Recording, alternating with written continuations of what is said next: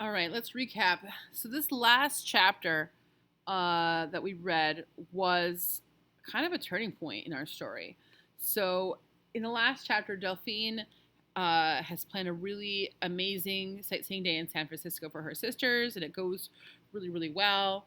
Ferna and Vanetta really enjoyed the trip, seeing the new sights like hippies and Chinatown. But then at the end, Cecile gets arrested at her house along with two Black Panthers. So, what seems important? What are we learning about the problem? Well, the girls use their Black Panther training to respond to the hippies and to combat the racism of the store clerk that they meet. It kind of tries to make them feel like thieves. Vanetta doesn't think that Cecile's going to care about their trip, but Delphine is kind of hoping that she's going to have a reaction when she sees what a good job she did. But then Cecile is arrested and led away in handcuffs. So that kind of puts an end to that. I think this last chapter is connecting to what we read earlier because Cecile is being arrested by the same police department who shot Bobby Hutton without a cause. And so not only is it scary to see like an adult taking away, she's being taken away by police that have a history of being racist to Black folks from the neighborhood. So I'm sure that has to be even more scary because um, Delphine really has a sense that these police officers um, are not people who are, doing the right thing. They have a history of violence towards people in her community. All right, let's remind ourselves of our lens. So we got to be looking out for the major and minor characters' traits, their relationships with each other. That's very important. We have to be paying attention to the point of view of the narrator. How does she feel about the different parts of the story? And then the changes to any characters or the plot, the story, setting, or maybe lessons that the characters are learning. And then also maybe some universal lessons that readers can take away. That would be the theme. The Clark sisters. We were only a few houses away when Vonetta said, "Hey!" I could feel Fern wanting to leap out, ready to call out, but I pulled her back and shushed them both. "What about their rights?" Vonetta said. "Yeah, we know about rights," Fern said. Shh, I said. My heart was pounding. "They're panthers. They're grown," I said, although I didn't think Cecile was truly a panther. "They know their rights." But I told Vonetta to be quiet. We were now coming up on the house, and all the patrol car lights flashing. Cecile was almost as tall as the policeman who walked her to the flashing patrol car. He bent slightly to tell her something, and she said loudly, "Kids? I don't have no kids. They belong to the Clarks on the street." She wouldn't even look at us. Ooh, so I'm kind of wondering why Cecile is loudly denying that she's got these kids. We're now closer, where the police could really see us. With my shoulders, arms, and legs exactly like hers, Vanetta's I don't care eyes exactly like hers, and Fern a smaller version of Vanetta and me, I said, "She's not our mother. I'm Delphine Clark. I'm Vanetta Clark. I'm Fern Clark. And we live down the street with Pa and Big Ma." "Yeah, down the street in the blue stucco house." "Not with this lady," I said. "Not with her." "Surely don't." They had already pushed Cecile down into the back seat of the car.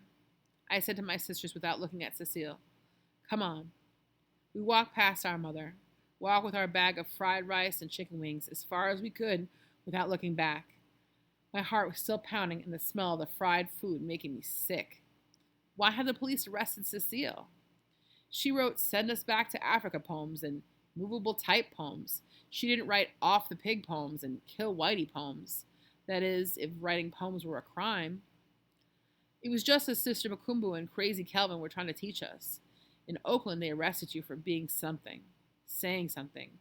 If you were a freedom fighter, sooner or later, you would be arrested. So here's a point of view. Well, Delphine feels that her mother's arrest is another example of someone being treated unfairly. It didn't matter that she's a poet whose poems weren't about promoting violence. Never mind that that's not illegal. But it seems like she has proof now that in Oakland, if you were fighting for freedom, you could be arrested, even if it wasn't fair. Fern asked, Why'd she say she didn't have no kids? She had to, I said. Why? They would have taken us away, split us up, and put us in juvie or something. Fern said, I don't want to go to juvie. Vanetta said, she sure said that real easy. Kids, I don't have no kids. It was like she said, cooties, I don't have no cooties. I reminded her. And we said we were the Clarks real quick, real easy. I was following you, Vanetta said. Me too, Fern said. Well, we had to say that. Did you want them to send us to juvenile hall? Or call Pa and Big Ma and worry them to death? We'd have to wait in juvie hall until Pa or Big Ma came from New York to get us. You wouldn't like juvie hall. It's just like jail. So Delphine is pointing out sort of like as fast as Cecile denied being their mother, they denied being related to her. So it seems like nothing's really changed here. Um, like if Cecile is quick to deny that they're her kids, they're really quick to deny that she's their mother. That kind of seems like it's a lack of change in what's going on with their relationship. But it does seem like the girls are kind of like thinking really smartly, really quick on their feet. And maybe Cecile is too, because if they had admitted that they were related, then, they might take the kids away from Cecile. They might put them in juvie, which is like juvenile hall. It's like it is a little bit like where they send kids that have done wrong things. By the time we turned around and started back, the police cars had driven off with Cecile and the two Black Panthers. I let us in. I couldn't tell from the living room what had happened between Cecile, the police, and the two Black Panthers. The door had not been kicked in like it had been at Hirohito's house. Cecile didn't have much in her house to begin with. Then I pushed open the door to the kitchen. Out of habit, Vanetta and Fern stayed in the living room until they heard me gasp. They quickly followed behind me and timidly peered in. Black and red ink was smeared across the floor. Torn and scuffed up white paper wings covered the floor. Drawers had been ripped out of cabinets. Large and tiny blocks of metal letters had flown everywhere. Blocks of metal E's, S's, A's, and T's. Paper, ink everywhere. The printing machine toppled over. Rollers knocked out. Legs from my second-hand stool cracked and split off from the wooden seat. All we could do was take it in. Vanetta and Fern were seeing the inside of the kitchen, Cecile's workplace, for the first time.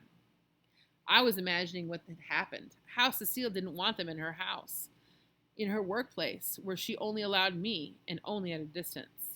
That the police might have touched her papers or picked up her letters with clumsy cop hands. Cecile might have gone crazy, like I knew she could have. Instead of saying, I'm a citizen and I have rights, she and the Black Panthers might have demanded to see the policeman's search warrant.